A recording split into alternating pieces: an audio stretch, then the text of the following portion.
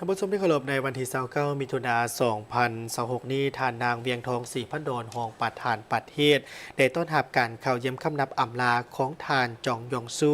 เอกอัครราชทูตแห่งสาธารณรัฐเกาหลีในโอกาสที่สำเร็จการปฏิบัติหน้าที่เวียกงานทางการทูตอยู่สาธารณรัฐประชาธิปไตยประชาชนลาว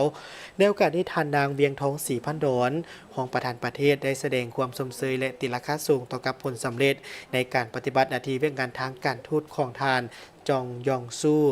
ซึ่งได้ประกอบส่วนอันสำคัญเขาในการเสริมขยายสายพัวพันเวียกงานทางการทูตก็คือการส่งเสริมการร่วมมือทางด้านต่างๆระหว่างรัฐบาลก็คือประชาชน2ประเทศลาวและสาธารณรัฐเกาหลีได้รับการพัฒนาและแน่นแฟ้นยิ่งขึ้น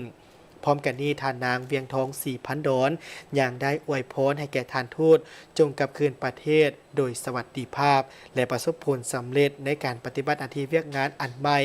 อันมีเกียรติของทานส่วนทานจองยองซูก็ได้แสดงความขอบใจต่อทานนางเวียงทองศรีพันโดรที่ได้ให้การต้อนรับอย่างอบอุ่นในครั้งนี้พร้อมทั้งแสดงความขอบใจต่อรัฐบาลลาวก็คือบรรดา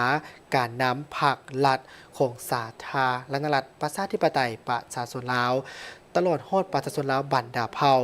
ที่ได้ให้การช่วยเหลือสนับสนุนและอำนวยความสะดวกทุกอย่างตลอดระยะโครงการปฏิบัติหน้าที่เวียกงานทางการทูตของตนจนได้รับมากผลสำเร็จอย่างจบงาม